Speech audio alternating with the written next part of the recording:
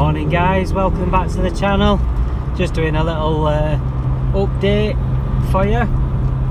If you've watched my last video on the Vectra, you'll see the things that I've got to do on that. I'm actually just nipping out in Orwin, so I'm just doing a little driving video for you. I'm nipping out in Orwin to go and pick up some power steering fluid. Just let you hear the exhaust.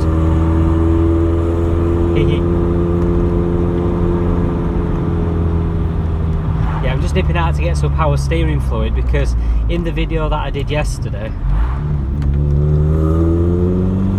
one thing that I forgot to mention was the fact that I've got a power steering fluid leak somewhere on my power steering system. I don't know if it's coming from the rack itself, or it might just be from the pipe, or it might be from the pump, or it might be from... well, it could be from anywhere, couldn't it? So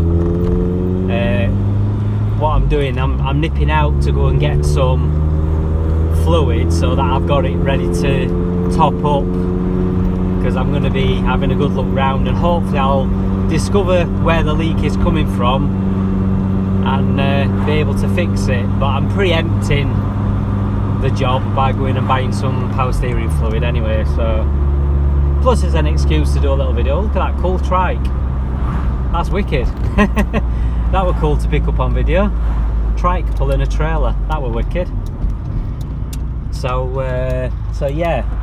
Also, what do you guys think? I've obviously discovered that I've got a broken coil spring on the Vectra. So, what do? Do I fit a standard coil spring? Just the one, if that's the only one that's broken? Or, while I'm at it, do I fit a set of lowering springs? I then have to ask the question, well, if I'm fitting lowering springs, do I fit a full lowering kit and do the shock absorbers as well? But I honestly don't know what to do, because to get it through an MOT, I'm obviously going to need to have that lowering, the standard spring replaced, one way or another. But if I then find that it fails its MOT on hundreds and hundreds and hundreds of pounds worth of extra work, have I then just wasted a load of money by buying a suspension kit for it or lowering springs for it? Because if that's the case, I might just decide to sell it on as a project to somebody else, because I don't really want to throw loads and loads of money at it. I want to try and MOT it and get it on the road for as little money as I possibly can, and then I can use it as an alternative daily driver to Orwin. Because obviously I love driving Orwin, but there's a few jobs I need to do on Orwin, and I need to take him off the road temporarily while I get these other jobs sorted on Orwin. So that's my plan, you see. I'm trying to get the Vectra on the road, MOT'd and usable, so I can then take Orwin off the road, and because he needs some steering bushes replacing and possibly a bit more welding underneath him. A couple of places that I've found that might need doing for next MOT. Next MOT on Orwin's due at the end of September, so I need to try and crack on and get that done. I might be able to get it done before MOT runs out, hopefully I will. But it would be nice to get the Vectra on the road just so that I can use it. So that's why I'm doing what I'm doing. So I don't know, do I spend the money on lowering springs? I suppose I could try and get some second-hand ones. They might actually not cost a great deal. Depends what I can find, I suppose. But I don't want to risk ruining the ride quality, because I've fitted lowering springs in the past to some cars and the ride quality's obviously been spoiled, and I don't know whether I want to keep it standard, because it is completely standard as things are at the moment, apart from the induction kit. But I like the induction kit because it's got a lovely sound to it. I was going to overtake that Range Rover then. Oh, it's a Discovery, it's not a Range Rover, it's a Discovery. They all look the same, don't they? Discoveries, Evokes, always mix them up. even though I work with nearly new cars all day long, that's a 15 plate, isn't it? So it's not that new. Unless that's a private reg. I think that's a private reg actually. That's newer than a 15 plate, surely. Anyway, I digress. So yeah, so what do you guys think? Lowering springs or standard springs? Oh, look, you can see Orwin in the reflection of the car in front. That's cool.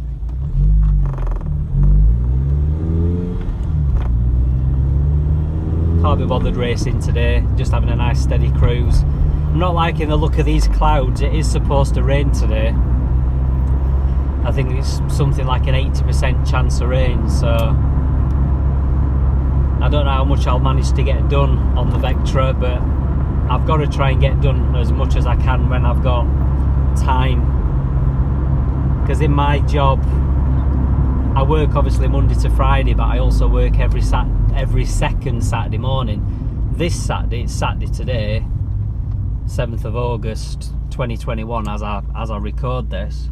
This is my Saturday off, so I'm trying to make the most of it. It's currently 5 to 9. I did want to set off a bit earlier, but I didn't know if the shop would be open or not.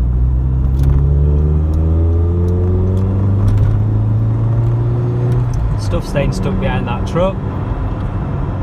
He's on a proper go slow. It's one thing I love about this engine, it's so flexible. I mean, you see then, just put my foot down, I were in 4th gear, or we're in 3rd, I'm not sure, no, I think I were in 3rd. But I put my foot down and just overtake. You know what I mean? It's a good flexible engine with great performance. Anyway, I'm nearly at the shop. I'm actually nipping to Halfords. I used to always go to local motor factors, because the local motor factors were always so much cheaper than big places like Halfords. But these days, all the local motor factors, the little independent places, have put the prices up. So these days it ends up being just as cheap to go to Halfords, and I can get a bigger bottle, which the local motor factors don't sell. They don't sell the bigger ones. I can get a bigger one from Halfords, and it ends up being cheaper. It's a shame, because there used to be a couple of really good cheap local motor factors near me, and they were brilliant. I used them all the time for everything that I wanted. But because Halfords was traditionally a lot more expensive, but these days, like I say, they seem to be as cheap as the motor factors, or the motor factors have gone up in price. So this is my nearest Halfords. As you can see, the video's what, 8 minutes, so it's not exactly a long journey, is it, to get to this? It's about 3 miles. So there we go, guys. So I shall do some more update videos as I go on. I'll keep you informed regarding work on the Vectra and work on all my other various products.